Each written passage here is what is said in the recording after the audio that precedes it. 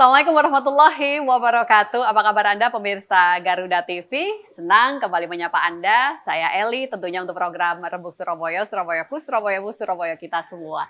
Jadi di hari ini ceritanya kita akan coba ngobrol tentang optimalisasi pelayanan kesehatan. Ada beberapa hal tentunya yang akan Anda dapatkan di hari ini begitu ya. Ada catatan juga kalau untuk pembatasan yang dilakukan oleh BPJS ini tentunya akan lebih meresahkan warga. Artinya ada beberapa penyakit begitu ya, kondisi tertentu itu yang memang tidak bisa tercover secara langsung. Nah, ini seperti apa sih penjelasannya? Tentunya bukan porsi saya untuk bisa menjelaskan. Kita akan lihat dari tataran kebijakan begitu kan. Karena yang menjadi tamu kita di hari ini beliau adalah Ketua Komisi D DPRD Kota Surabaya. Saya akan langsung perkenalkan, ada Dr. Akmarawita Kadir. Saya kenapa sih Dok selalu sulit banget? Susah ya. Dok, nggak tahu dari sanonya. Apa kabar dokter? Alhamdulillah baik Mbak Eli. Sehat ya? Insya Allah harus sehat kayaknya katanya. Lama ya nggak ketemu. Lama nggak jumpa, tapi semoga sama-sama dalam kondisi tapi yang selalu sehat. di hati yang penting. Langsung gini deh. Dok, ini katanya sampai ada yang wadul gini. Kayaknya orang kalau nggak punya duit nggak boleh sakit. Sedih kan ya kalau dengar seperti itu. Padahal pelayanan kesehatan, pendidikan itu jelas menjadi hak dari warga negara.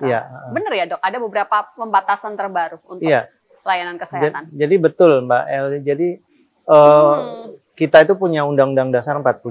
Baik. Itu jelas banget amanahnya Pak. Setiap warga negara kan, setiap orang kan itu mempunyai hak untuk kesehatannya.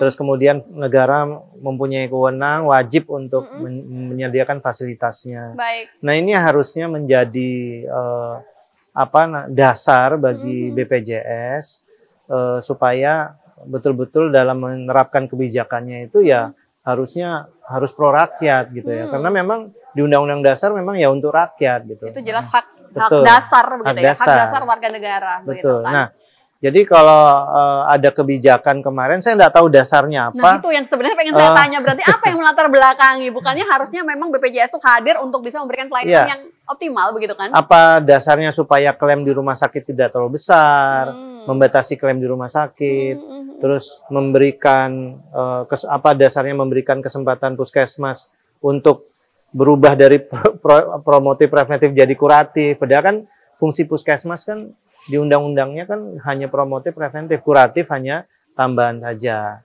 Nah, ini BPJS harus lihat di situ. Makanya ketika ada kebijakan 144 penyakit itu tidak dilayani di rumah sakit kecuali ada rujukan puskesmas.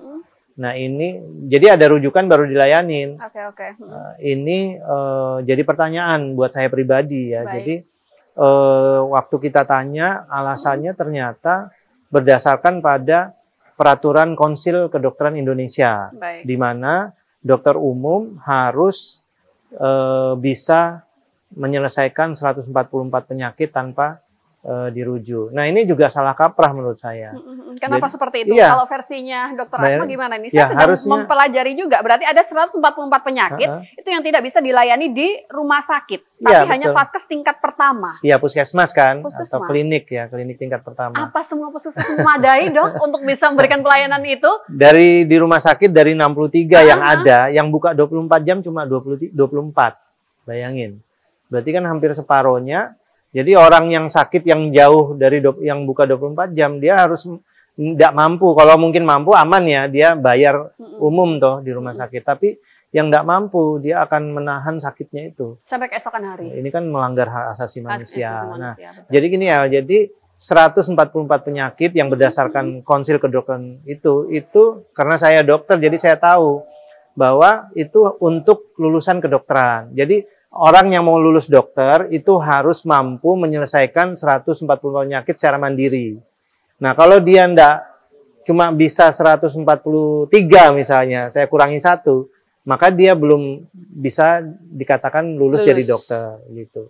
Nah, itu fungsinya peraturan Konsil Kedokteran. Jadi tidak ada untuk diterapkan di sini begitu ya. Bukan untuk pemetaan ini untuk puskesmas, ini rumah sakit, itu salah besar itu. Jadi kalau mau dipetakan itu ya rumah sakit nggak usah pakai dokter umum, spesialis semua aja. Biar yang 144 di puskesmas gitu kan. Dan lagi itu kesalahan pertama. Kesalahan kedua, kebijakan ini merubah puskesmas menjadi kuratif. utama. Padahal yang utama puskesmas adalah promotif preventif, pencegahan, edukasi, itu tugas puskesmas. Nah, ketika itu dialihkan, otomatis dokter-dokter di puskesmas yang tugasnya adalah melakukan edukasi, preventif, pencegahan, mendidik masyarakat dan sebagainya, itu sibuk untuk mengobati pasien. Nah, ini jadi masalah. Fungsinya malah tidak berjalan akhirnya. Fungsi kuratif akan keluar jalur akibatnya. Bolehlah kuratif, tapi ya harus utamanya kan tetap promotif preventif. Jadi kebijakan ini, dan yang paling parah lagi, kalau saya kasih ilustrasi aja, orang kan hipertensi masuk 144 tahun penyakit. Yang masuk 144 itu apa aja? Yang umum aja ya, umum aja, hipertensi, diabetes, diare, tipes. Nah, tipes ya. Nah, kita tahu tipes itu kan gejalanya kalau enggak pusing, mual, sakit perut, ya, mual, muntah, dan demam. Kan 3 itu. Terus sama ada diare. Nah, itu kalau memang puskesmas siaga 24 jam, oke lah ya. Jadi langsung masyarakat bawa BPJS-nya, dia enggak mampu bawa BPJS-nya gratis, ya, diobati di situ. Nah, tapi kalau malam-malam dia ada gejala, kemudian puskesmasnya enggak buka, tutup, dia mau kemana? Dia ke rumah sakit ditolak. Karena dia, oh ini belum emergensi nih. Kalau emergensi kan otomatis karena ada aturannya ya. Dia belum, jadi dia masih mulus-mulus dan sebagainya. Dia harus menuju puskesmas yang buka 24 jam yang jaraknya mungkin jauh. Padahal dia tidak mampu. Belum lagi ongkos transportasinya. Nah, otomatis kan yang mereka lakukan, yang mereka menahan sakit. Mereka menahan sakitnya, mereka dibiarin diare dan sebagainya. Ini bisa dikatakan, walaupun saya tidak mengatakan ini ya, tapi bisa menyebabkan terjadinya komplikasi. Nah, komplikasi ini kan negara membiarkan itu. Nah, ada pembiaran itu tadi. Jadinya kan seperti itu. Beda puskesmas lengkap buka 24 jam. Oke lah, kebijakan itu diterapkan. Standar puskesmasnya sudah sama semua, fasilitas memadai, itu mungkin masih sangat-sangat memungkinkan. Dan catatan dari Dr. Akmal ini kan sebenarnya baru kota Surabaya begitu ya. Padahal aturan ini berlaku secara nasional. Bagaimana dengan daerah-daerah terpencil yang memang akses kesehatannya masih belum memadai? Saya juga tidak habis pikir itu ya, jadi dia menggunakan konsil kedokteran yang digunakan untuk lulusan dokter menjadi pemetaan bahwa 144 harus di puskesmas, harus di rumah sakit. Jadi dasarnya itu kok istilahnya itu enggak masuk akal gitu loh. Tapi bener Dok, sesederhana itu. Bukankah untuk pengambil kebijakan tuh pastinya sudah melewati banyak kajian begitu ya? Ya nggak tahu. Saya sebenarnya sudah sangat yakin itu pasti progresnya sudah panjang begitu kan? Segala kajian, segala peraturan kan harus lihat hasil akhirnya di lapangan. Kalau hasil akhirnya di lapangan itu ada sesuatu yang salah dan mengorbankan warga, padahal dan itu jauh dari amanah Undang-Undang Dasar 45, pasti kajiannya pasti salah. Nah, itulah. Jadi kita nggak usah ngutek-ngutek di itunya, tapi lihat hasil akhirnya aja kan. Sudah jadi, cukup bisa menjadi evaluasi. Gitu ya. Jadi sudah mulai ada laporan warga, yaitu tadi dia kesukaran, dia harus ke puskesmas. Nah, baik, nanti deh saya juga masih ingin lanjut lagi, tapi kita harus jeda sebentar dan pastikan Anda tetap bersama dengan kami pemirsa untuk program Rembuk Surabaya yang dipersembahkan oleh DPRD Kota Surabaya. Saat lagi untuk Anda.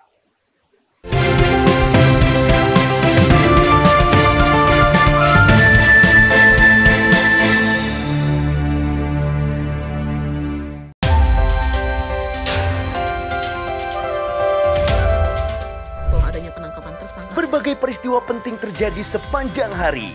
Berita faktual dan mendalam yang menjadi sorotan. Kami rangkum untuk menutup aktivitas Anda. Pokok dan penting itu sebagian. Saksikan laporan 8 malam setiap hari pukul 10 malam. Hanya di Garuda TV.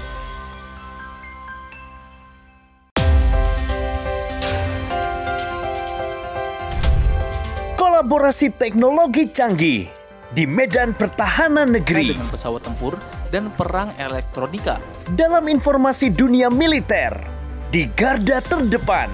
737 pesawat CN-235 kali perlengkapan senjata untuk menyerang musuh. Pertunjukan hebat dari TNI Angkatan.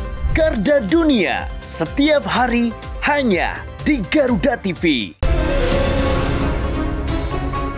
Ketika bangsa kita menghadapi tantangan besar, hanya persatuan yang menjadi kunci utama. Tema skandal Agus difabel. Sekarang 15 orang, tapi penyelidikan kepolisian masih sampaikan. Ya, bersama ahli dan pakar terpercaya, membahas semua isu hangat. Ini bagaimana pengaruh Indonesia kita, setiap hari pukul 7 malam, hanya di Garuda TV.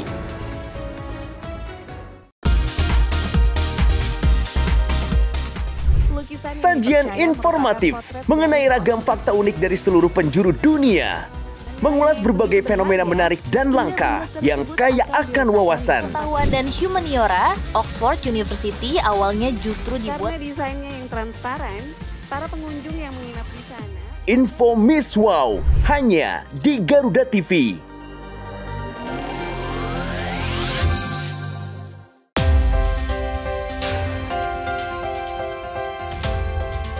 Mengenal dunia militer lebih dekat dari awal sejarah hingga teknologi modern pertahanan.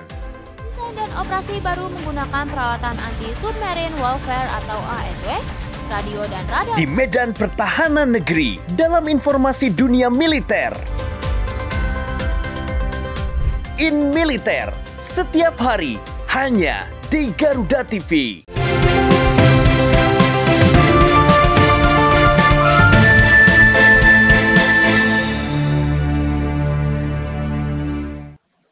Kita masih akan coba lanjut pemirsa di segmen ini, masih berkaitan dengan yang menjadi keresahan warga. Ini berkaitan dengan kebijakan dari BPJS Kesehatan yang tidak melayani 144 penyakit di rumah sakit. Iya, Nah, Dok, ini berarti sudah bukan tahapan apa sosialisasi, bukan? Sudah memang diterapkan. Diterapkan. Per kapan ini, Dokter, kebijakan baru ini? Kalau nggak salah awal tahun ya. Awal tahun 2000, tahun ini ya, 2020. 2025 ini. 25 ya, ya, betul. Oke, berarti apa sepanjang 2 bulan ya, hampir 2 bulan, Kota Surabaya, evaluasinya seperti apa, Dok? Sudah banyak yang bandel nggak ini ke Dokter Akmal? Jadi sebenarnya kalau saya menangkap ya, saya menangkap kebijakan ini sebenarnya sudah lama. Jadi kelihatannya itu banyak sekali kasus-kasus yang memang katanya itu dokter umum harus bisa itu pergi ke rumah sakit, dan waktu itu rumah sakit menerima saja karena kan kasihan juga kan mereka tidak mampu diterima.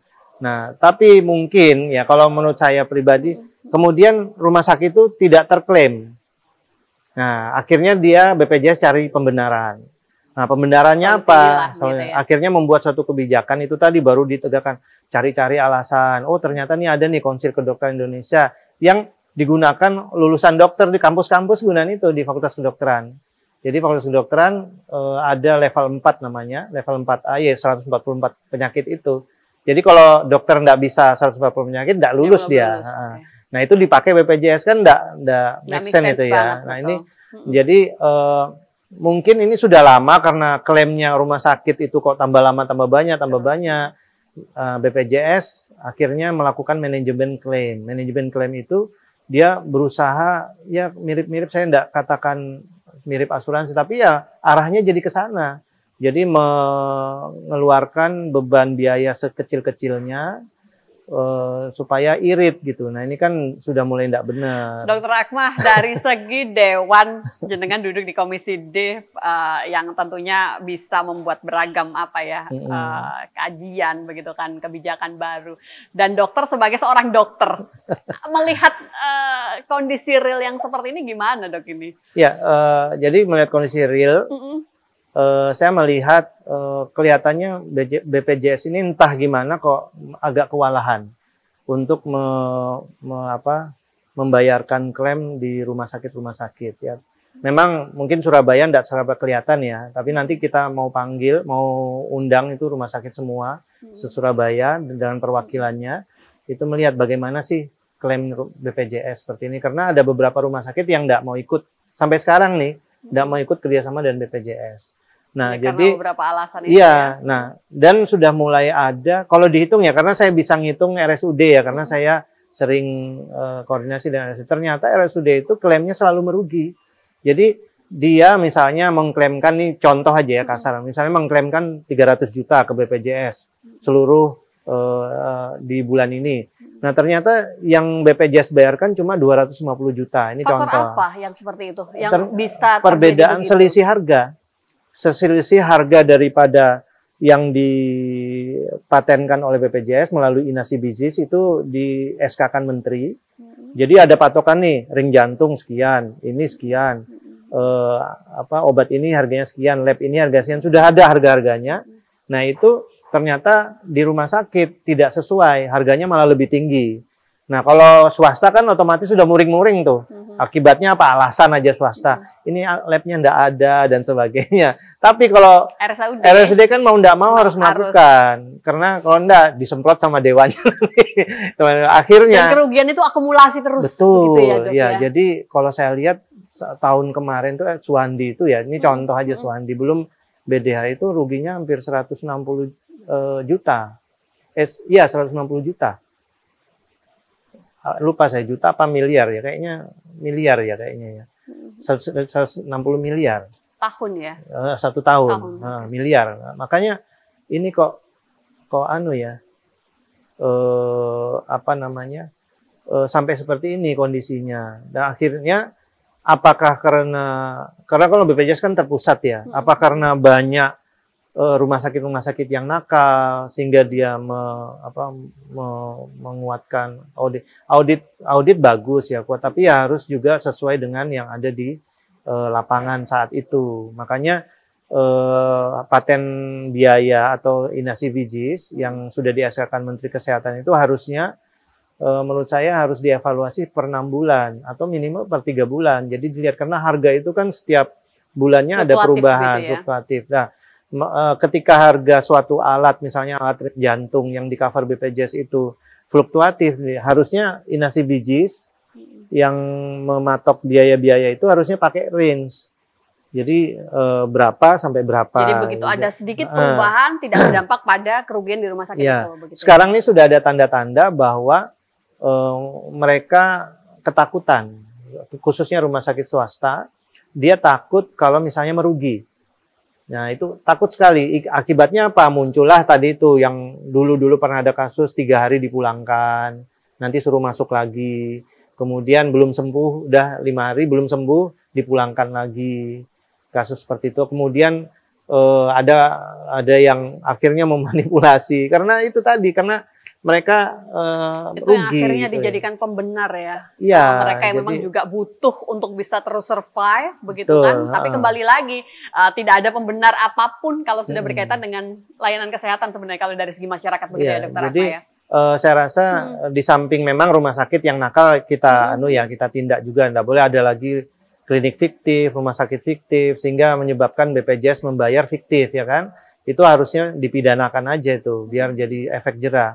Nah, tapi BPJS ini juga harus menguatkan manajemen auditnya sehingga dia bisa membayarkan klaim itu sesuai dengan yang dikeluarkan rumah sakit yang memang itu sebenar-benarnya. Nah, itu kalau nunggak klaimnya ya nanti akibatnya nanti merentetan tuh. Jadi honor dokternya, honor perawatnya itu tidak terbayar.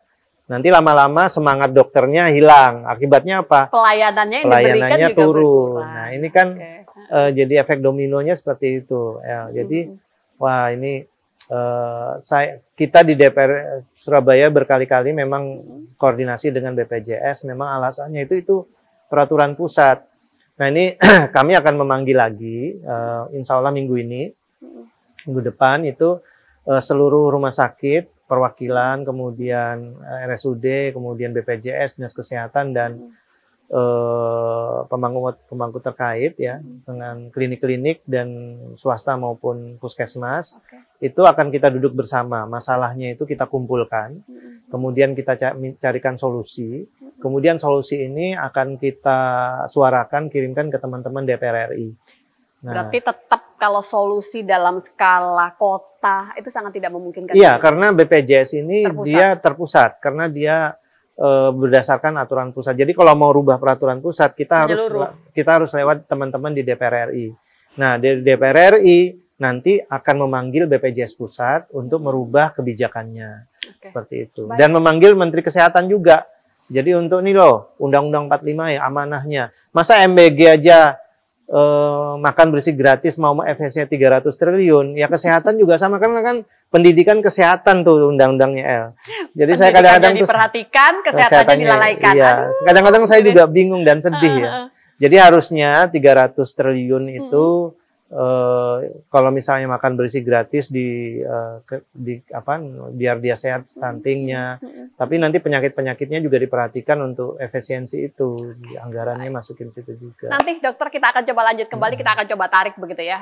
Kerangka besarnya sudah didapatkan, artinya pembahasan di segmen 1-2 ini kita sudah coba mulai memahami begitu. Problemnya seperti ini. Nah, untuk Kota Surabaya seperti apa, nanti di segmen ketiga kita akan coba lanjut kembali bersama dengan Ketua Komisi D DPRD Kota Surabaya. Kita jeda sesaat lagi untuk Anda.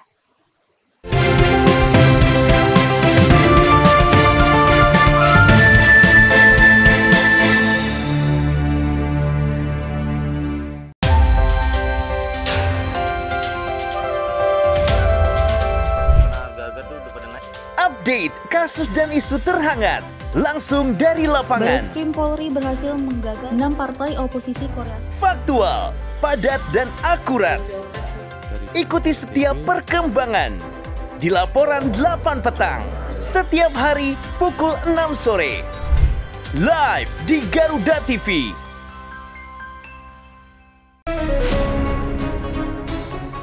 Intip aktivitas Presiden, pertemuan khusus hingga kunjungan kenegaraan. Melihat lebih dekat langkah penting menuju masa depan cerah untuk Indonesia maju.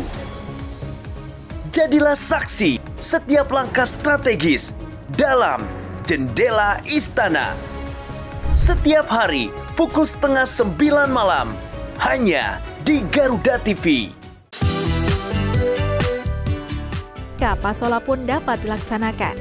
Ngulas ragam fenomena menarik dari penjuru dunia. Mengulik 5 informasi yang dapat menambah wawasan.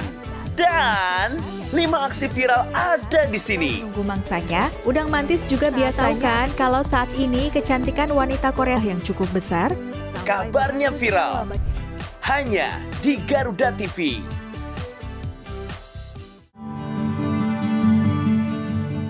Gimana Mas? Kamu nggak boleh KDRT nanti. Penasaran dengan kisah cinta yang tersembunyi di balik sorot lampu?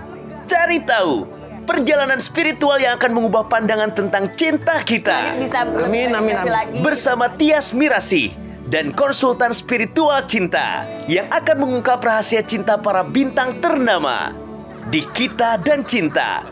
Setiap hari pukul 1 siang hanya di Garuda TV.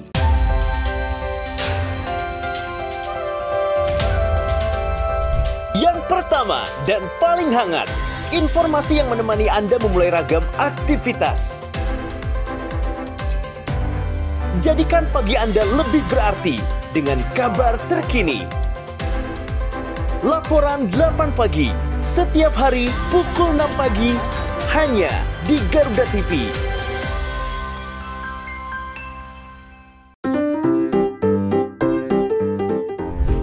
Semua yang lucu ada di sini. Dan pastinya bikin weekend Anda makin seru. Yang dijamin bikin ketawa.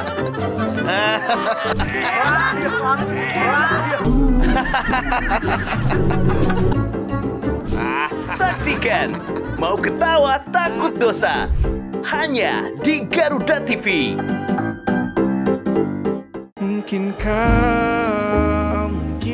Temukan lagu-lagu hits yang sedang trending. Update playlist musik penyanyi favoritmu yang pastinya gak bakalan ketinggalan.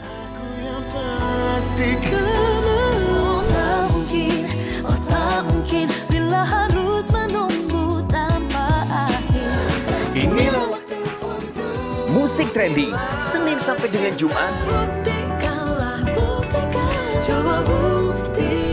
Hanya di Garuda TV.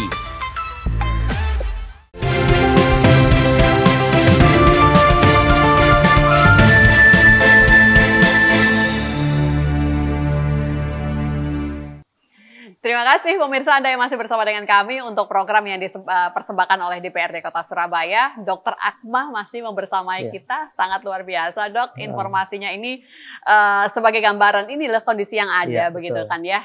Ketika kita coba tarik di Kota Surabaya, problem kesehatan, Dok. Ya. Apa saja mungkin yang masih menjadi momok bagi sebuah kota besar seperti Surabaya, Dok? Ya, sebenarnya saya apresiasi nih sama Kota Surabaya nih, Pak apresiasi Wali. Dulu wajib ya? Ya, wajib. Memang benar ini kenyataan ya. Jadi Pak Wali nih, wali kota kita yang baru dilantik ya, Pak Eri Cahyadi ini mencanangkan UHC sejak April tahun 2023 atau 2024 ya, saya lupa.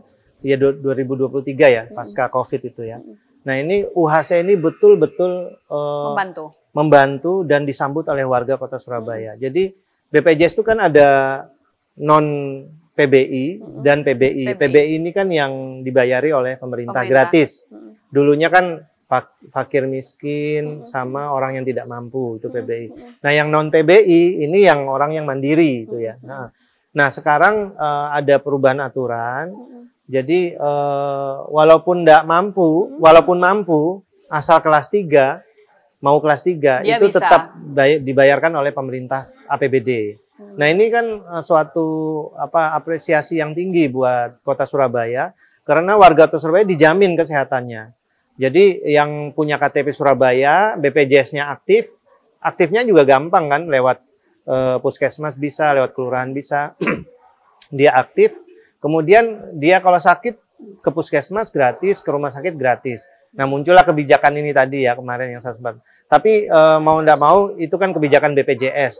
Tapi kita sudah mengapresiasi bahwa dengan Kota Surabaya ini mengeluarkan anggaran tiap bulan 40 miliar untuk membayarkan UHC. Jadi yang misalnya Mbak Eli mau kelas 3, yang penting KTP Surabaya sudah bisa gratis. Yang penting mau kelas 3 ya. Nah itu, ini 40 miliar tuh tiap bulan dibayarkan. Nah ini luar biasa, kita apresiasi. Nah jadi cuman memang masalahnya ternyata ada di BPJS-nya. Ini kebijakan BPJS yang kelihatannya kalau misalnya pemerintah kota ini membayarkan rutin tiap bulan, otomatis kan harusnya klaim-klaim. Klaim itu kan bisa di rumah sakit, bisa di puskesmas, bisa di klinik-klinik. Nah klaim-klaim ini ternyata tidak menjadi keluhan. Permasalahannya di situ. Jadi yaitu tadi pertama keluhan ada selisih klaim. Diklaimkan mundur begitukah artinya? Bukan selisih jumlah klaim, angka.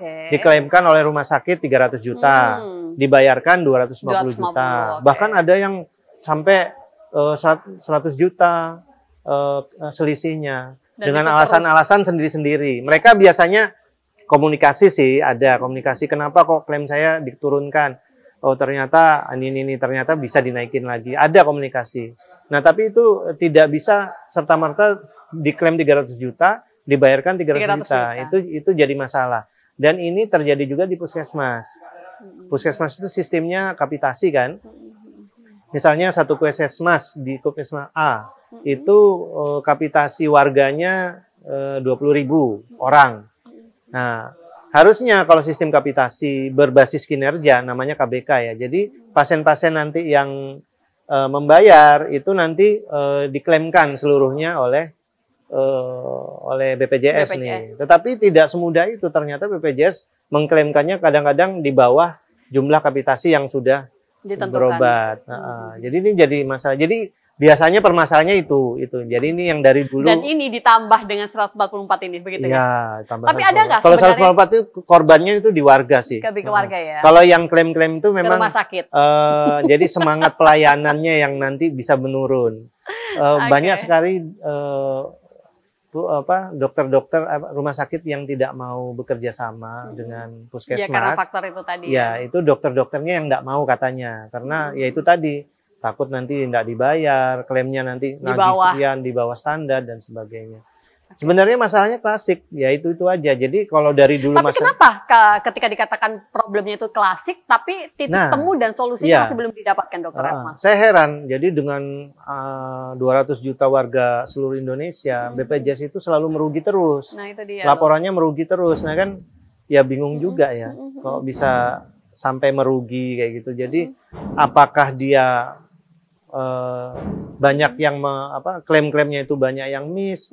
Nah itu kan harusnya faktor fiktif tadi seperti yang Dokter Akmal harusnya kan kinerja BPJS-nya yang dikuatkan seperti itu. Jangan warga yang dikorbankan dan fasilitas kesehatan kita yang sudah bagus malah kita ketakutan. Jadi ada ketakutan, wah jangan-jangan nanti saya nggak dibayar nih klaimnya. Jadi termasuk 144 itu rumah sakit sekarang nggak berani menerima orang malam-malam pusing dengan hipertensi, diterima nanti pasti nggak diklaim. Tapi sudah menjadi kendalakah, Dok, aturan baru ini untuk Kota Surabaya sendiri? Sudah mulai banyak kendalanya bermunculan. Jadi kalau orang tidak mampu itu biasanya kan dia bingung mau lapor kemana. Akhirnya mereka itu menahan sakitnya di rumah masing-masing. Nah ini yang kita harus jemput bola puskesmas, kita betul-betul warganya itu betul-betul tolong diperhatikan, dilihat yang ada tanda-tanda sakit dia jemput bola lah. Karena kan dia sifatnya promotif dan preventif, bukan kuratif. Jadi betul-betul di situ. Karena ini adalah kebijakan pusat, solusi dalam jangka pendek apa sebenarnya Dokter Akmal yang bisa ditawarkan oleh Kota Surabaya untuk 144 penyakit yang tidak tercover? Jadi kami berkoordinasi dengan Dinas Kesehatan tentunya nanti, yaitu tadi menguatkan puskesmas-puskesmas. Walaupun puskesmas itu hanya kuratifnya tidak ada, tapi dia menguatkan. Jadi mungkin nanti dokternya yang nanti ditambah, atau nanti jumlah puskesmas yang 24 jam di mungkin ya semua puskesmas 24 jam gitu ya. Kalau sekarang belum atau sudah mumpuni, Dok? Kalau berkaitan mengaktifkan yang di tingkat puskesmasnya berarti solusinya kan. Kita sudah mumpuni belum Kota Surabaya? Sebenarnya Kota Surabaya sudah mumpuni, tapi jumlah SDM-nya yang masih terbatas. Jumlah SDM itu saya lihat kapasitas dokternya, jumlah dokter dan perawatnya itu masih terbatas. Jadi makanya kok puskesmas itu tidak semua 63 puskesmas buka 24 jam, El. Ya, faktor itu tadi faktor itu tadi. Jadi juga ada tempat puskesmas yang kurang memadai untuk rawat inap dan sebagainya. Jadi ini yang kita nanti mau petakan dengan 144 ini.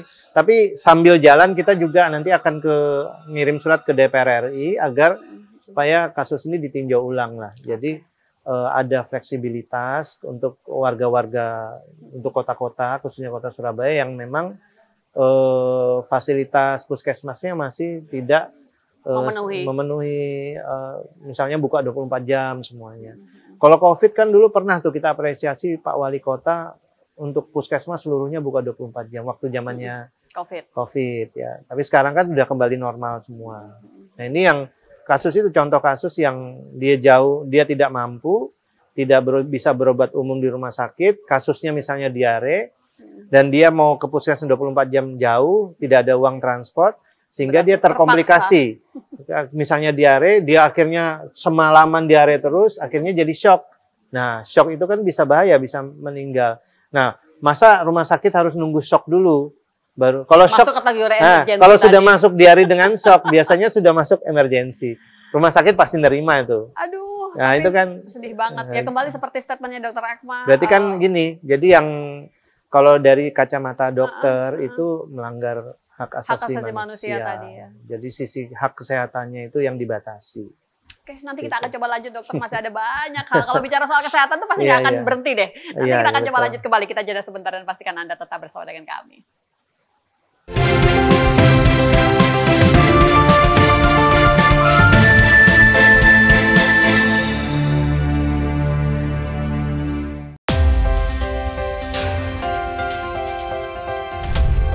Kolaborasi teknologi canggih di medan pertahanan negeri dengan pesawat tempur dan perang elektronika. Dalam informasi dunia militer di garda terdepan. 737 pesawat CN-235 kali perlengkapan senjata untuk menyerang musuh. Pertunjukan hebat dari TNI Angkatan.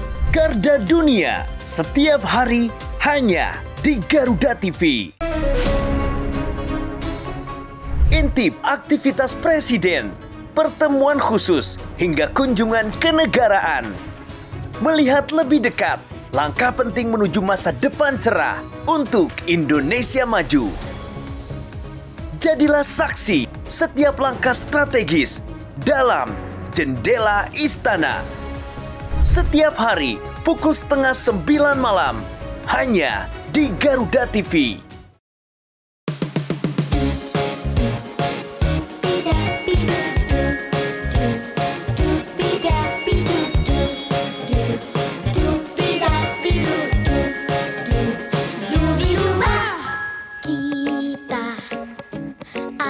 Indonesia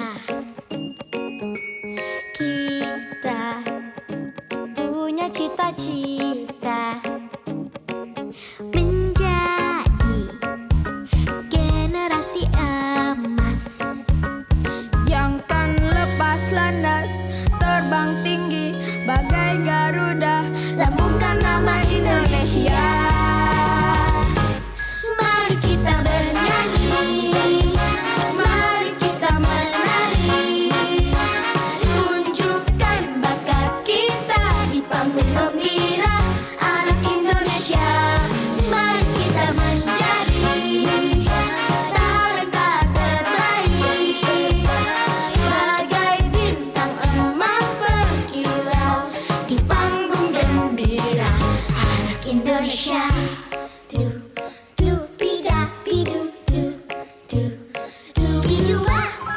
Kita anak Indonesia, senandung ceria dalam harmoni,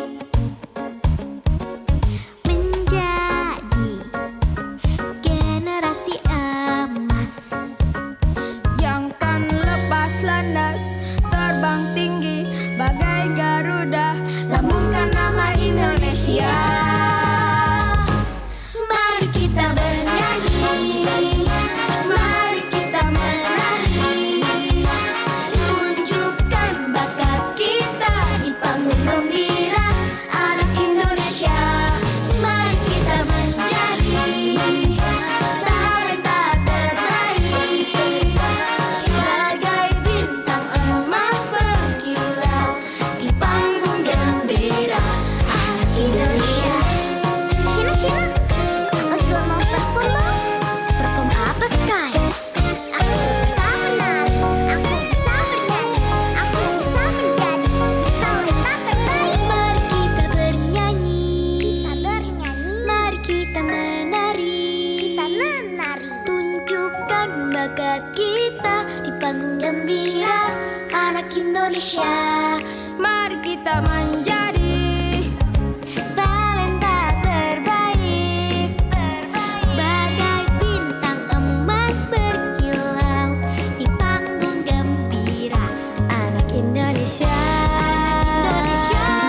Mari kita bernyanyi, mari kita menari, tunjukkan bakat kita di panggung gembira anak Indonesia. Mari kita menjadi talenta terbaik, bagai bintang emas berkilau di panggung gembira anak Indonesia. Di panggung gembira anak Indonesia. Di panggung gembira anak Indonesia.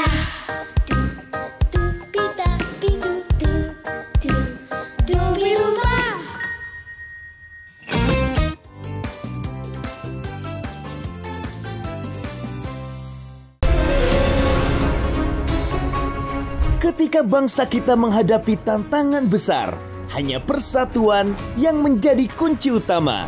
Tema skandal Agus difabel, sekarang 15 orang tapi penyelidikan kepolisian masih sampaikan. Ya, Bersama ahli dan pakar terpercaya, membahas semua isu hangat. Ini bagaimana pengaruh Indonesia kita, setiap hari pukul 7 malam, hanya di Garuda TV.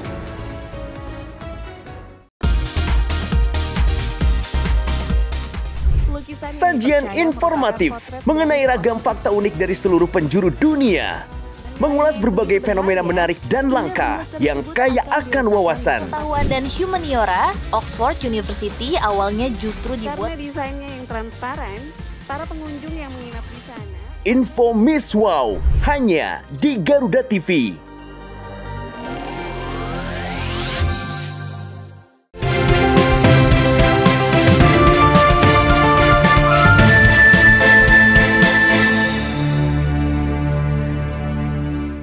Kalau tadi narasumber saya, Dr. Akma sudah mengapresiasi capaian layanan kesehatan di Kota Surabaya. Sama, saya pun juga ingin membuat list sedikit, Dok.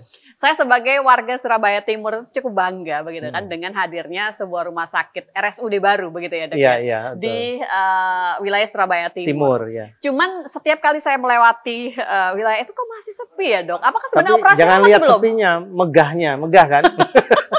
Apalagi kalau malam begitu kan ya. Gimana dokter? Apa evaluasi yang bisa disampaikan di sana dokter? Untuk beberapa rumah sakit baru di Kota Surabaya. Jadi memang kita memang nggak bisa langsung mengklaim rumah sakit walaupun megah gitu langsung lengkap gitu kan. Ya, karena memang dia standarnya masih standar tipe C. Tipe C itu ya standarnya masih standar minimal ya. Jadi ya CT scan nggak ada ya karena memang tipe C. Nah, cuman ini kita sudah sudah mulai menambah peralatan-peralatan. Jadi anggaran yang kemarin kita Dok itu kan masih pembangunannya. Jadi peralatan-peralatannya itu masih dipersiapkan. Nah, sambil jalan karena dia tipe C ya, memang standar tipe C. Jadi standar tipe C itu ada 5 spesialis, operasinya juga operasi-operasi standar gitu ya. Tidak operasi-operasi seperti di Suwandi. Berarti layanan kesehatan seperti apa Dok ini nantinya yang bisa didapatkan oleh masyarakat untuk rumah sakit baru? Yang jelas 144 penyakit pasti bisa. Cuma nanti Tapi ditolak kalau umum. Kalau umum, kalau BPJS nanti ditolak. Harus minta rujukan puskesmas dulu. Jadi penyakit 144 pasti bisa ya. Jadi tapi dengan kondisi umum, tapi BPJS sudah nerima dengan rujukan tentunya. Dan kemudian peralatan-peralatan memang lagi dipersiapkan. Jadi kami DPRD ini sedang menambah anggaran. Itu kurang lebih tambahannya 69 miliar dari 55 miliar yang disiapkan.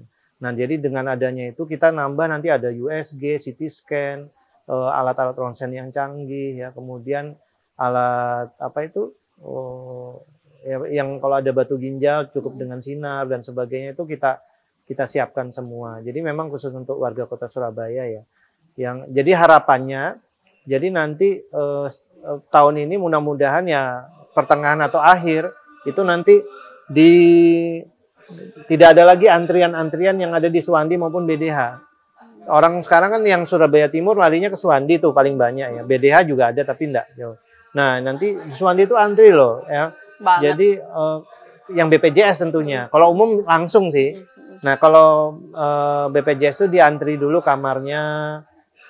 Kemudian antrinya tuh bisa sampai 11 sampai 50 orang. Tunggu yang keluar nanti masuk gitu. Jadi nunggu di IGD gitu. Nah, dengan harapan nanti dipecah. Jadi ada antrian-antrian yang BPJS-nya pindah ke Rumah Sakit Surabaya Timur. Sehingga nanti pasien-pasien BPJS ini bisa lebih nyaman lagi, tak nunggu terlalu lama. Oke, Dok, hadirnya sebuah rumah sakit baru itu kan harapannya bisa menjawab kebutuhan ya. Dengan fasilitas yang ada itu tadi, pantauan Dokter Akma sebagai Komisi D ini sudah cukupkah nantinya akan bisa mengakomodir kebutuhan warga Kota Surabaya akan akses kesehatan itu Dok untuk rumah sakit baru? Untuk sekarang masih belum ya. Karena masih on progress tadi. Jadi ya sifatnya nanti pasien itu datang ke EC kalau misalnya tidak ada alatnya dirujuk ke Suwandi. Biasanya kan C ke B masih bisa. Nah, harapannya nanti di akhir ya pertengahan atau akhir tahun ketika alat-alat itu sudah datang kan dokter-dokternya udah ada. Dokternya udah ada, alatnya udah semua bisa dilakukan di EC dan saya optimis. Tapi untuk penyakit-penyakit yang tadi yang 144, yang rujukan puskesmas, insya Allah semuanya bisa tertangani ya dengan baik karena yang mungkin yang perlu ditambah yang menggunakan alat-alat yang canggih saja. Oke, nah, agar bisa lebih memberikan pelayanan yang ya. Nah, nanti kalau misalnya supaya merata, nanti kan kita 2026 bangun lagi tuh Rumah Sakit Surabaya Selatan itu berarti kan nggak cuma berhenti, ada lagi ya Dok ya? Itu sama lagi. Tipe C juga atau seperti apa? Tipe C dulu sama. Anggarannya kalau nggak salah 320 miliaran lah, kurang lebih 320 miliar satu rumah sakit. Peralatannya kurang lebihnya sekitar 100 miliaran ya 120-an. Nah, ini kita sudah anggarkan di 2026. Nah, sayangnya BDH ini kan kita lihat di Surabaya Barat itu rumah sakitnya sudah mumpuni sebenarnya, tapi lahannya. Nah, ini juga sudah kita anggarkan. Mereka sudah punya range itu kurang lebih 350 miliar juga. Nah, apakah memilih dibuang ke sana atau yang ke selatan ya, gitu kan? Tapi kalau saya lihat yang urgent untuk bisa membutuhkan mana? Dengar nggak kalau Surabaya mau pinjam uang 5,6 triliun. Wah, ini dia. Saya punya bayangan tuh dengan 5,6 triliun ya sedikit lah diteteskan di Surabaya Barat, teteskan Surabaya Selatan, Timur juga. Teteskanlah gitu ya. SD SMP gratis negeri maupun swasta, tetesan-tetesan. Bicara soal pendidikan ini karena 5,6 triliun kan lumayan sangat luar biasa, sangat banyak. Jadi maksud saya itu oke lah Surabaya pinjam uangnya, tapi digunakan semaksimal, seoptimal Yang kembali pada rakyat langsung gitu ya. Pendidikan kesehatan itu penting ya. Jadi pendidikan oke, kesehatan oke. Itu pasti rakyatnya sejahtera deh. Berarti sebenarnya kalau Dr. Akma ada statement begini ini ada loh sebenarnya pandangan kita masih belum cukup optimal Dok untuk layanan kesehatan dan pendidikan. Karena kalau dilihat indikatornya nggak usah jauh-jauh, indikatornya antrian saja. Antrian BPJS yang banyak tiap hari. Berarti itu kan belum. Rujukan yang banyak itu menandakan puskesmas kurang edukatif, kurang promotif. Dipaksa BPJS untuk kuratif. Jadi banyak kebijakan yang enggak sesuai gitu. Sebenarnya kalau edukatif dan preventif, masyarakatnya ngikut dan sadar akan kesehatan itu penting, pasti rujukan juga sedikit. Dok, bicara soal SDM dong sedikit. Saya pengen dengar suaranya Dr. Akma berkaitan dengan SDM kesehatan. Itu artinya tenaga kesehatan kita ya Dok ya? Iya. Seperti apa? Mungkin ada beberapa hal mungkin ini yang juga berkaitan pada layanan kesehatan. Ya, SDM kalau dokter-dokter khususnya di punyanya pemerintah kota sudah untuk di rumah sakit sudah cukup ya, sudah cukup. Rumah sakit Surya Timur itu walaupun tipe C tapi dokter-dokternya juga sudah mulai, dan banyak sekali lulusan dokter-dokter spesialis yang sudah antri pingin ditempatkan di situ. Tapi kan karena RSUD ya, jadi dia diutamakan yang PNS. Jadi sistem rekrutmennya itu terpusat dari Kemendagri. Jadi kalau kita melihat SDM itu cukup, memang kita akui kalau kita mau nambah SDM lagi di puskesmas supaya puskesmas itu bisa 24 jam kan harus nambah fasilitas, harus menambah anggaran lagi. Nah ini yang masih kelihatannya masih kurang optimal ya. Jadi pemerintah kota kayaknya harus fokus ke pendidikan kesehatan itu lebih ditingkatkan lagi sehingga SDM ini bisa nambah ya. Jadi kasihan juga kalau misalnya dokter itu kan dibatasi 3 praktek ya. Puskesmas nanti dia praktek di 3. Nah kalau misalnya dia terlalu banyak, belum lagi nanti ada yang double tuh. Di puskesmas dia double, kalau spesialis memang sudah ada aturannya, dia kan nggak bisa. Tapi kalau dokter umum, itu nanti dia ada yang, pernah dengar TGC kan? Tim gerak cepat yang di ambulan, itu dia harus standby di situ. Kemudian nanti dia harus praktek malamnya. Kemudian nanti dia harus jaga lagi mungkin yang 24 jam. Belum paginya dia harus praktek. Nah ini juga pemerintah kota jangan sampai istilahnya SDM kesehatan itu jangan dibuat seperti sapi perah. Jadi karena ketika dia sudah kelelahan, pasti komunikasi itu tidak baik. Komunikasi tidak baik, otomatis berdampak ke warga. Warga akan pasti lapor. Ini dokternya kok kayaknya ketus banget, padahal dia kan capek ya. Sudah terlalu over tadi ya. Sudah terlalu over. Jadi kalau saat ini memang SDM puskesmas memang masih belum cukup, masih pas-pasan lah. Berarti kalau ingin bisa punya SDM yang anggaran harus ditambah. Itu maksud saya. Poin pentingnya itu ada di situ ya Dok ya. Anggaran dan fasilitas. Nggak mungkin kan nanti puskesmasnya yang 24 jam kecil kan. Banyak kan puskesmas yang nggak layak untuk 24 jam itu masih banyak. Berarti kalau bicara soal tambah anggaran, waduh lagi dong ke DPR. Sedikit ya. Semoga seperti itu. Nanti kita akan Tapi coba. kita yang penting kan sudah punya angan-angan master plan untuk kesehatan ini memang jadi fokus ya. Bahkan presiden kita yang Pak Prabowo ini kan pendidikan kesehatan itu penting. Mudah-mudahan nanti yang 300 triliun ada lagi tuh efisiensi berapa lagi tuh. Tapi ya maksud saya efisiensi tidak mengurangi sektor-sektor yang lain. Memang, sehingga dampaknya kan harus diperhatikan. Nanti kita akan coba lanjut semuanya, akan coba kita rangkum dalam closing statement yang akan kita berikan sesaat lagi untuk Anda.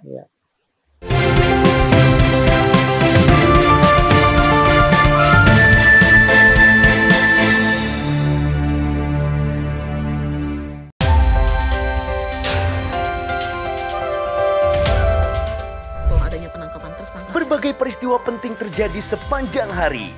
Berita faktual dan mendalam yang menjadi sorotan. Kami rangkum untuk menutup aktivitas Anda. Pokok dan penting itu sebagian. Saksikan laporan 8 malam setiap hari pukul 10 malam. Hanya di Garuda TV.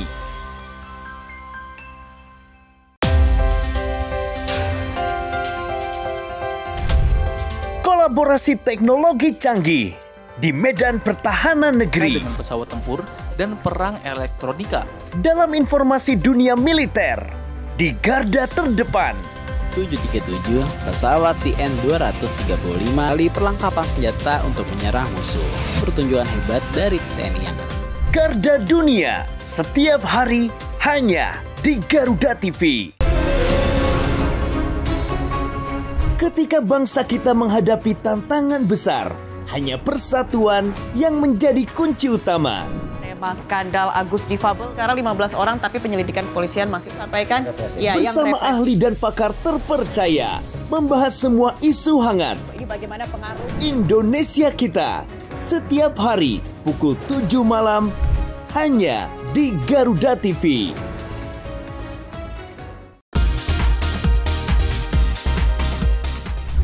Sajian informatif mengenai ragam fakta unik dari seluruh penjuru dunia.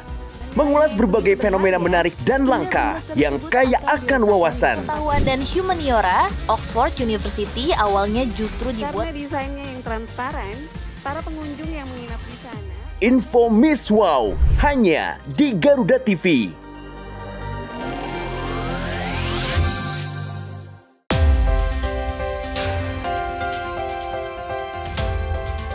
Mengenal dunia militer lebih dekat dari awal sejarah hingga teknologi modern pertahanan. Desain dan operasi baru menggunakan peralatan anti-submarine warfare atau ASW, radio dan radar. Di medan pertahanan negeri dalam informasi dunia militer. In Militer setiap hari hanya di Garuda TV.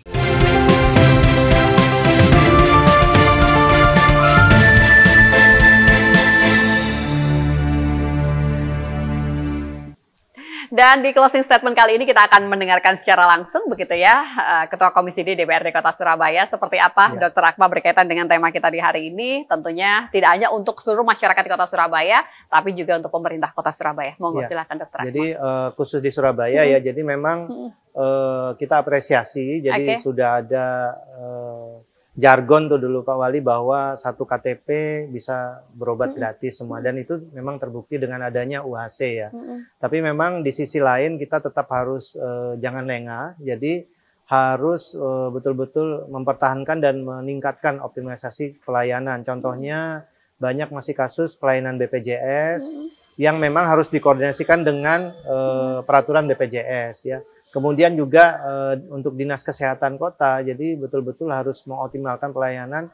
Satu yang mungkin pesan dari saya, bahwa kalau misalnya berbicara dengan kesehatan dan pendidikan, kita harus berdasarkan pada Undang-Undang 45. Jadi segala kebijakan itu harus pro rakyat, harus berdasarkan pada amanah Undang-Undang Dasar 45, di mana kesehatan itu adalah hak dari warga negara dan negara mempunyai kewajiban untuk menyiapkan fasilitasnya. Nah, ini yang harus diperhatikan. Jadi kalau sudah semua kebijakan berdasarkan itu semua, saya yakin ya, saya optimis semua warga khususnya di Kota Surabaya ini bisa sehat, sejahtera, dan ini akan nanti membawa masyarakat Kota Surabaya ini jadi menurunkan angka kemiskinan, meningkatkan perekonomian. Gitu. Insya Allah bisa seperti itu.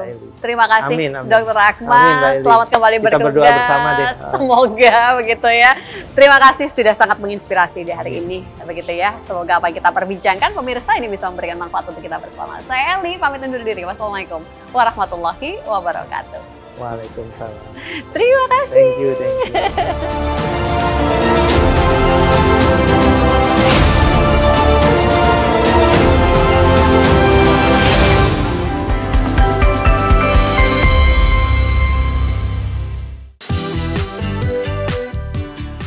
Pasola pun dapat dilaksanakan.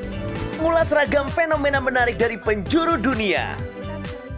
Mengulik 5 informasi yang dapat menambah wawasan. Dan 5 aksi viral ada di sini. Tunggu mangsanya, udang mantis juga biasanya. Kan kalau saat ini kecantikan wanita Korea yang cukup besar. Kabarnya viral. Hanya di Garuda TV.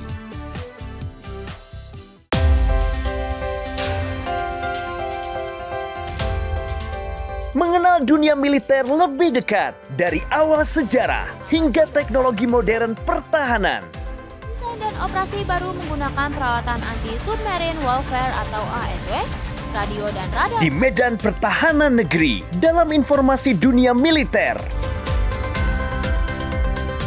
In Militer, setiap hari, hanya di Garuda TV. Semua yang lucu ada di sini. Dan pastinya bikin weekend Anda makin seru. Yang dijamin bikin ketawa.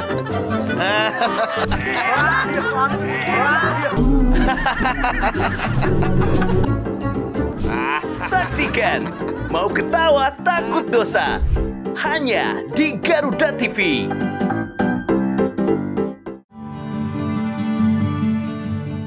Gimana Mas? Kamu nggak boleh KDRT nanti. Penasaran dengan kisah cinta yang tersembunyi di balik sorot lampu?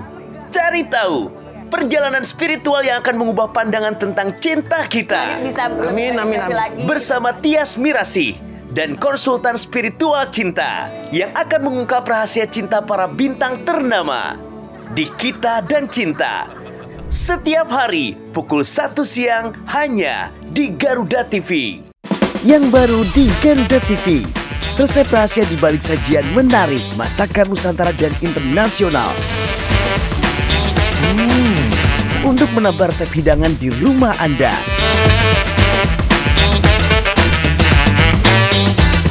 Baru bintang tamu ternama tersajikan lengkap di sini. Saksikan Galeri Rasa Senin sampai dengan Jumat pukul 4 sore hanya di Garuda TV.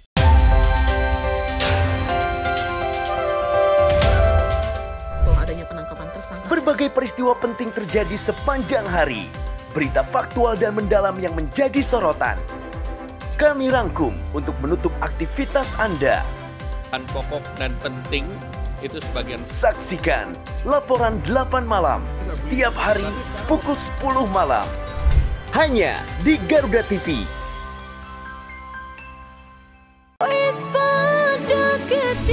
Update seputar lagu dan penyanyi hits dangdut Indonesia. Info menarik di balik album terbaik penyanyi hits dangdut. Bismillah cinta, panjatkan doa pada yang kuasa. Bayar hutang hari ini, janji bayar bahwa aku mencintaimu. Dangdut Gemoy hanya di Garuda TV.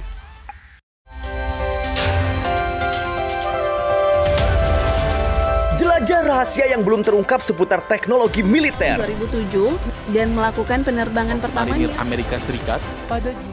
Temukan fakta unik di balik rancangan alutsista yang paling canggih. Terbesar dan terkuat. Kolaborasi teknologi canggih dalam informasi dunia militer. Di balik senjata hanya di Garuda TV. Yang baru di Garuda TV. Resep rahasia di balik sajian menarik, masakan Nusantara dan internasional. Untuk menambah resep hidangan di rumah Anda.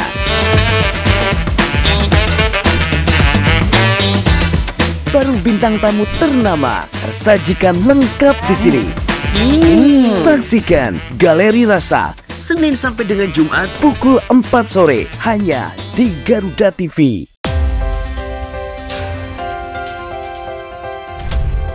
Kolaborasi teknologi canggih di medan pertahanan negeri. Dengan pesawat tempur dan perang elektronika.